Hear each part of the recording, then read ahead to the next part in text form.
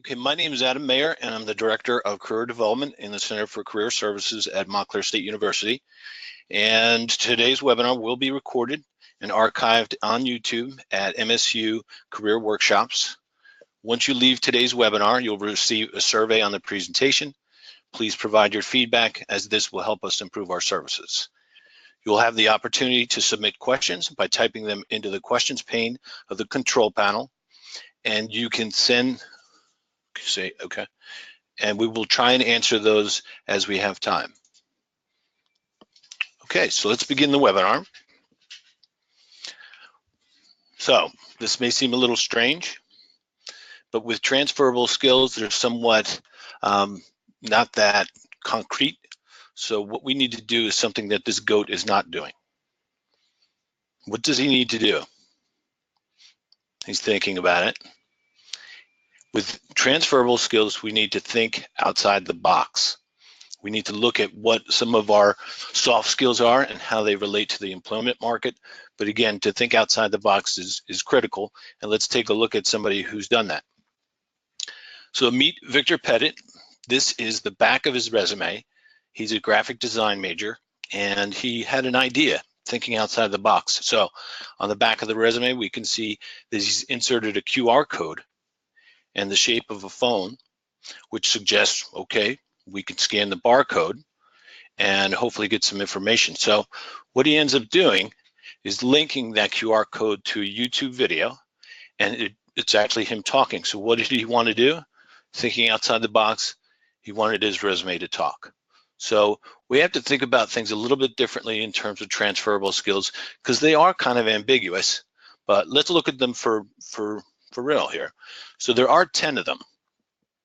And this is from a source you can see on the bottom right-hand side. That's the National Association of Colleges and Employer. And you can Google NACE Job Outlook and look up these items, and these are things we need to pay attention to. So we've got 10. So you've got communication skills, motivation, initiative, teamwork skills, leadership skills, academic achievement, interpersonal skills, flexibility, adaptability, technical skills, honesty, integrity, and finally work ethic. Now, most of these, 8 of them, are soft skills. 2 of them are not. The 2 that aren't are the ones that can be quantified. So academic achievement, that can be quantified in terms of GPA. Technical skills, if we're certified in certain things, proficiency sort of tests, those are easier to sort of relate to an employer. The others, these sort of soft skills, they are ambiguous, but what we need to do is highlight how concrete they are as we go through this process. And that's the point of today, to not only identify what you have in terms of transferable skills, but to incorporate them into the actual job search itself. So let's move on. So you want to identify what the job needs. A great way to identify what the needs are is to use a website called Wordle.net. It's free to use, and a guy on LinkedIn years ago figured this out, where he took a job description, copy and pasted it into Wordle.net, and it creates a word cloud. And what the algorithm does is make largest the terms that are mentioned the most in the job description. So we could see training is the largest, performance, organization, job, needs. So what we're basically doing is sourcing the biggest skills that are required in this position by way of this word cloud. And it's helpful to see. What you can do too is, not only for the job description, you could do this with your own resume. So you minus sort of your personal information, name and phone number and email, you can copy and paste the content of your resume into Wordle, and then it'll create a word cloud. So then you'll see what are some of the terms that are mentioned the most on your resume. And you can kind of go back and forth.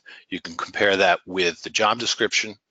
Here too, if we go back, if I use this sort of word cloud that's been created, that can help me write the cover letter if I choose to write one.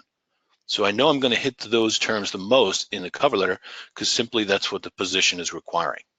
So first we've identified what transferable skills are, and now we've identified what the job needs.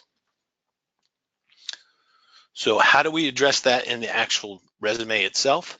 What we can do is craft a summary based on those transferable skills that we looked at initially. Incidentally, with this example, Jessica has her name up here. We don't need to include street and street number anymore. That's kind of an archaic thing. Employers typically do want to see city and state phone numbers and that kind of thing. But what's really good is not only is Jessica on LinkedIn, she's customized her public profile address. And that's something you guys can do. It's part of the free version. And you basically, on the right-hand side, when you log in to your profile, it'll say update personal profile address. So again, back to the transferable skills, you can create a summary at the top of the resume. So this is where the transferable skills become less ambiguous. So adept at building strong partnerships between sales, manufacturing, and executive teams. So what skill does that get at? What transferable skill? It actually gets at two. One, teamwork skills, and then two, interpersonal skills. So we've hit two transferable skills right at the top of the resume right off the bat. The next one is actually just the actual word itself, because we know initiative is one of the transferable skills that employers like to see. And then finally, we've got Microsoft Word, Excel, PowerPoint. They even talk about Tax Act, that's related to their field. So that would be technical skills. So how many did we get to? We got to interpersonal skills, communication skills, initiative, and technical skills. 4 transferable skills are addressed in the very beginning of the resume, and there's only 6 left. We may not have them all, but we do want to identify them through the use of a summary category on the resume. So how do we take transferable skills into the actual interview? Because we've represented them on the resume. Now we're thinking about preparing for the interview. You can use this acronym. It's STAR. I know it sounds cheesy, but I've used it years ago in the past, and it is a very effective job search technique. So with that, the S stands for situation, the T for task, A for action, and then R for result. So here's a typical question that an employer might ask. It's a behavioral-based question. They want you to actually tell about a time. So in this case, it's describe a situation where you held a leadership position. And again, going back to that top 10 list of transferable skills, we know leadership is pursued by employers. So what you can do is, you can type this out, you can keep it on a Word doc, you can put it in your head, wherever it goes. Create stories. STAR allows you to create them. So the situation was not nominated philanthropy chairperson by the employer. The task was to raise money for Willow Lake Children's Hospital. The action led a team of 15 to design, develop, and implement a game show. And then finally, the result. We can see that they recruited 50 participants, sold 600 tickets, and raised $2,000. Now, it might sound like a mouthful. Certainly, we want to add first person to that story as we tell it. But what's nice is when you get to the R, then you know you're done with your answer, because it's finality, right? So that gives an employer an opportunity to do what? To probe. This gives them a chance to ask questions further about this example, about this leadership answer, and it becomes a conversation. The interview really, really needs to be a conversation rather than just, sharing information. It should be give and take. So again, once we get to result, we finish our answer and give an employer an opportunity to probe. So on the resume, what do employers typically want to see? We can see leadership, ability to work in a team, communication skills, written, problem-solving skills, and then communication skills as far as verbal. Now, the real beauty here is that's what they want to see on the resume, but those are also 4 of them are transferable skills from that original 10 list. The only one that's different, that's not on that 10, is problem-solving skills. So it's not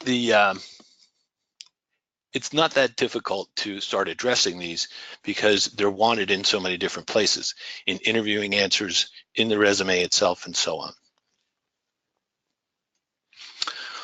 So I've worked with a lot of job seekers, and sometimes they see their job search as something that looks like this. Some of you may think the same thing in terms of what this is. Some folks call it the black hole. They submit their resumes online to a database, they apply for positions, they oftentimes don't hear back. Many times the reason for that is, our resumes are run through what they call an applicant tracking system.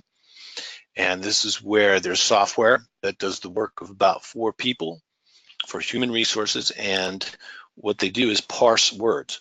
They look for certain keywords and terms.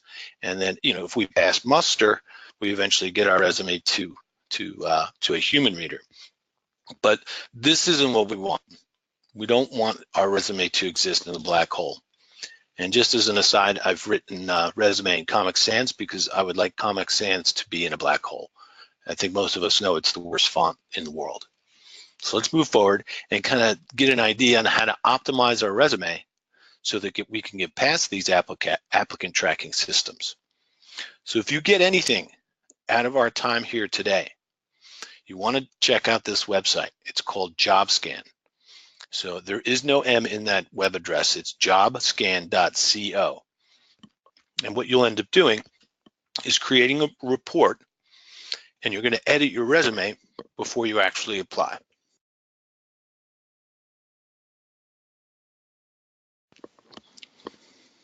So this is what JobScan looks like.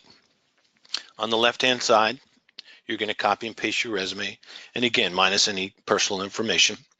On the right-hand side, you're going to copy and paste the job description, and then you're going to hit scan, and it's going to create a report that you really want to kind of dig into, which we'll look at in a second, but maybe a little bit more on JobScan. It is a free site. You do have to register. I've been on the site for a few years now. They don't spam you. There's no real problems, and they're really pretty helpful. The free version of JobScan, you can accumulate 5 scans every month for free. So even if you're not on a job search and you plan to be on one in a year or 2, create the account now, and then you'll accumulate scans in the meantime. So again, copy and paste the resume, copy and paste the job description, and then we'll get some information. So this answers the question to the black hole. I've got a 23% match rate between my resume and the job description. This is why I'm not going to get called. So incidentally, the percentage that you typically want to get into is anything like 80% or higher in order to get past some of these tracking systems. So if we look a little bit further, it looks at hard skills, and it gives us an idea of the actual count. So on the resume, counseling is mentioned once. The job description, it's mentioned 9 times. We can look and see psychology isn't mentioned at all on the resume, but it's mentioned 3 times on the job description. So again, this sort of report allows us to kind of go inside and certainly edit the resume if appropriate before we apply. So I can see what the tracking system wants. And I haven't mentioned it, something like customer service, I've done that before for sure, but I didn't mention on the resume, and I guess maybe that was an oversight, right? But it is mentioned on the job description, so I need to go in and maybe in the summary, I'd add customer service as a key term. I might put that in a bullet point when I'm describing one of my experiences, and so on. So that's hard skills. And it looks at those sort of ambiguous soft skills, which kind of echoes, well, we can see it here too. So communication skills, verbal communication, right? Those are a couple of the transferable skills we looked at in the beginning. So they're starting to appear certainly in the report itself. So again, we look at what's missing based on the JobScan report, edit our resume before applying, and hopefully we get the call. So this is an interesting thing. Take a look at this. So this is called live scoring on JobScan. This is a fee-based version of JobScan. So rather than you taking the free report and manually updating the information, this service changes the actual resume in real time, and then it recalculates the match rate. So it's pretty unique. Something, again, this is the fee-based version of live scoring on JobScan. Just something to throw out there. So just to kind of put things all together in terms of transferable skills, the first thing is to identify what these skills are. And again, that National Association of Colleges and Employers, NACE Job Outlook, that's a great resource to determine what they are and what we have. Number two, we want to identify what the job needs. That's where we're going to copy and paste the job description into Wordle. We check out the word cloud, and we can use that for a number of different things that can help us craft the summary at the top of the resume. That's number three. Number four, in terms of the actual interview itself, we want to develop situation, task, action, and results for those 10 transferable skills that we looked at initially. And then five, before we actually apply, we want to optimize our resume. And again, that's through jobscan.co. As mentioned earlier, this webinar is going to be archived on our YouTube channel, and that is MSU Career Workshops. You can see we have a number of different workshops here. LinkedIn in your career, resume development. This one's pretty good. It kind of makes sense of cover letters and thank you notes. It's all, it's all there. There's another one that's further on down the line that relates to applicant tracking systems. And, we welcome you guys to check that out when you have time. So that's the workshop for today. If there are any questions, we can open that up.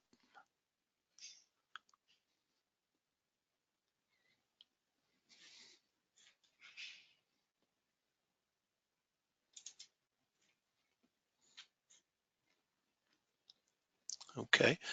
Well, it doesn't seem as if we have any questions for today. I thank you for attending, and definitely check us out on our YouTube channel, and have a great rest of the day.